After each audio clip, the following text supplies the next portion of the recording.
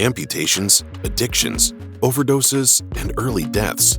Def Leppard have been rocking for decades, but they've also endured plenty of tragedy along the way.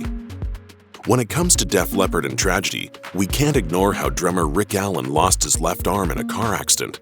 On New Year's Eve 1984, he was driving in Sheffield, England with his girlfriend Miriam when he lost control of the vehicle while trying to overtake another car. He was wearing his seatbelt, but it tore his arm off as he was thrown through the sunroof. Surgeons were actually initially able to reattach it, but within weeks it had to be amputated when infection set in. Def Leppard lead singer Joe Elliott was devastated by the news, as he assumed, naturally enough, that Allen's drumming career was over. But Allen somehow managed to pull off an incredible recovery. He had a custom drum kit created and reworked his style and many of his drum fills. Amazingly, he was back to drumming in live performances less than 2 years later. In many ways, I think it enabled me to grow in so many ways. But that triumph can obscure the darker side of Allen's recovery. He has admitted that by focusing exclusively on the band and getting back behind the drum kit, he didn't deal with his trauma at all. He began to self-medicate with alcohol and ended up going to a very dark place. It all culminated in a 1997 domestic abuse charge. He pleaded guilty and was sentenced to community service and Alcoholics Anonymous meetings. It wasn't until Allen met his future wife Lauren in 2000 that he began to confront his pain and heal. After the mega success of their 1983 breakout album Pyromania, Def Leppard were under pressure to produce a fantastic follow-up, but the recording sessions for 1987's Hysteria were more or less cursed. According to Joe Elliott, the band was terrified and had zero ideas for new songs. They struggled to write while touring, and they'd done nothing but tour until Allen's accident. Luckily, their longtime producer, Robert "Mutt" Lang, helped inspire them to begin producing new material. But just as they were making some progress, Lang begged off from the project due to exhaustion. So the record label brought in Meatloaf collaborator Jim Steinman to produce. But that led to some disastrous sessions. The band eventually paid Steinman to leave without having recorded a single note. They then worked briefly with another producer before Rick Allen's car crash threw everything into chaos, delaying everything for months. But Allen's remarkably quick comeback enabled them to get back to work sooner than expected, and the delay meant that Lang was able to return. However, Lang's first decision was to throw away everything the band had recorded over the previous 16 months. The costs involved with all these changes also meant that the band would have to sell at least 5 million copies to break even.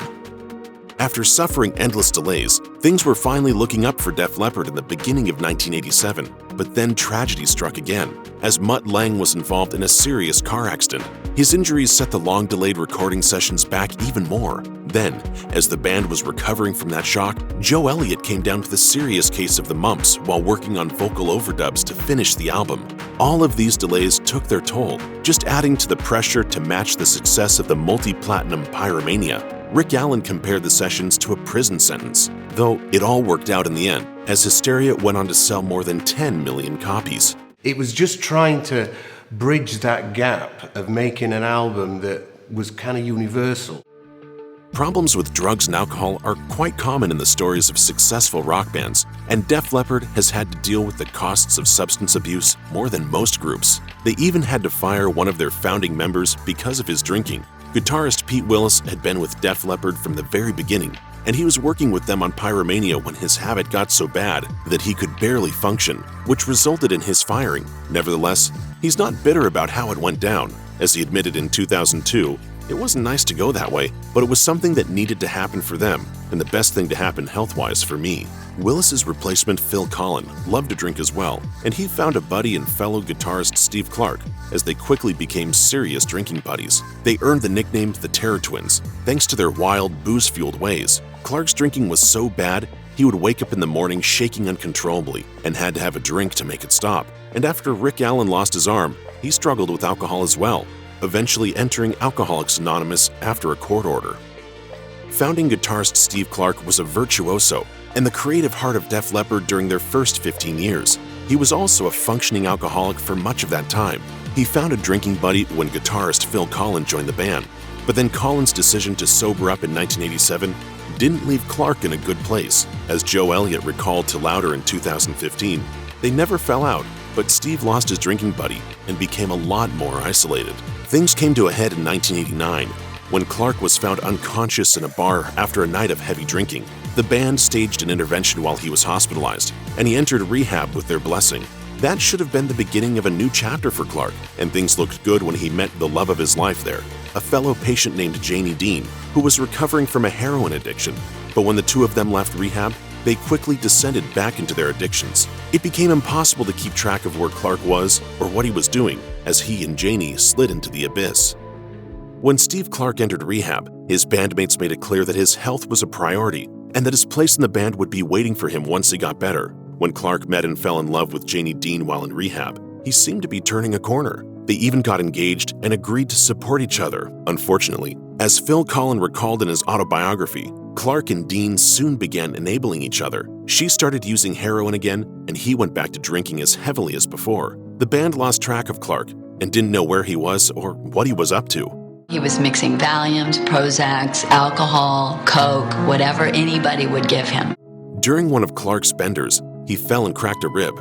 He was prescribed pain medication and was warned not to combine the pills with alcohol, but he didn't or couldn't listen to that warning. Then on January 8, 1991, Phil Collen received a phone call informing him that Clark had accidentally overdosed. He was only 30 years old, and that wasn't the only tragic passing from around that time, as Dean also died of an overdose a few years later. After Rick Allen miraculously recovered from losing his arm and continued to drum, Def Leppard thought they'd seen and faced it all, and that nothing going forward would ever be so bad. But when Steve Clark overdosed and died, it nearly shattered them. Phil Collen went into mourning for his friend and quit the band, convinced that it would be impossible to keep playing after what had happened. The loss of both guitarists could very well have broken Def Leppard permanently, despite all the incredible success they'd enjoyed. But then eventually, Joe Elliott spoke with Collen and convinced him to stay. Elliott explained that Clark had been ashamed of his addiction and would have never wanted the band to suffer because of his affliction. That conversation brought Collen back from the brink as he decided to stay with the band, utilizing songwriting and performing as therapy. In 1992, Def Leppard hired Vivian Campbell to replace Clark, and they've released 6 more albums since then. You guys still like each other? We like each other. It's pretty well established that stable marriages and rock stardom don't necessarily mix, and sadly, this very much holds true for the members of Def Leppard. Joe Elliott married his first wife Carla in 1989 after meeting her at a nightclub in 1982, but they ultimately divorced in 1996. Maybe it had something to do with the rock and roll lifestyle they were exposed to. As Elliott once described it, all these groupies started making moves on us. Yes, we certainly took advantage of it and all sowed our wild oats. Elliott is currently married to his second wife Christine, whom he wed in 2004. Moving on to Rick Allen, his first wife was Stacy Lauren Gilbert, but in 1996, he was arrested for spousal abuse after allegedly choking her and slamming her head into a wall. They remained married for a few more years until divorcing in 2000. He married his second wife Lauren in 2003.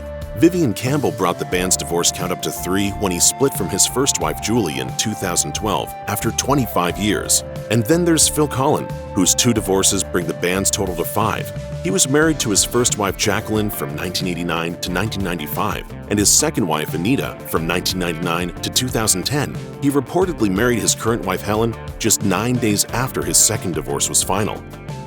Despite selling more than 100 million albums, including 2 that have been certified diamond, not to mention remaining a popular band for more than 40 years, Def Leppard has never garnered much respect. For one thing, they're often dismissed as just a hair metal band. They're quite annoyed by this reputation, with Joe Elliott telling the New York Times in 2019, "We couldn't have been so far removed from that if we tried."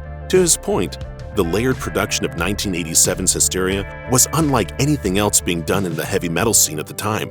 Def Leppard even initially refused to license their music to the hit Broadway musical Rock of Ages, precisely because they resented being lumped in with other hair metal bands, as they described it as, quote, "a play based on everything that we stood against." They ultimately relented when the show was adapted into a movie starring Tom Cruise, with Elliott quipping, "There isn't a person alive that's never changed their mind." What's it like to be the Stacey Jacks? Another sign of Def Leppard's lack of respect is the fact that they were left off the Rock and Roll Hall of Fame ballot for years. That led Elliott to dismiss the honor as nice but not important and claim that they wouldn't attend the ceremony anyway. But in 2019, they were finally inducted, and they did attend. Guitarist Vivian Campbell joined Def Leppard to replace Steve Clark in 1992, but then in 2013, he was diagnosed with Hodgkin's lymphoma. Treatments for this form of cancer have improved and there is hope of recovery, but Campbell has struggled over the years. He endured rounds of chemotherapy and a stem cell transplant that failed to beat back the progression of the disease, leading him to seek cutting-edge treatments. The oncologist said to me, "Are your legs itchy?" I said, "Yeah, how did you know?" Eventually, Campbell became healthy enough to resume his work with Def Leppard, and for a while he appeared to be healthy. But then in 2015, his cancer returned, forcing the band to cancel tour dates as he returned to treatment. He's reportedly been aggressively fighting the cancer ever since. After other treatments weren't doing the trick, he began a regimen of immunotherapy. That's been very effective in keeping the cancer in check, though it hasn't quite eradicated it. While his disease hasn't been fully defeated, Campbell is still able to perform and live his life as he continues to tour with Def Leppard and his side band, Last in Line. If you or anyone you know is struggling with addiction issues, help is available. Visit the Substance Abuse and Mental Health Services Administration website or contact SAMHSA's National Helpline at 1-800-662-HELP 4357.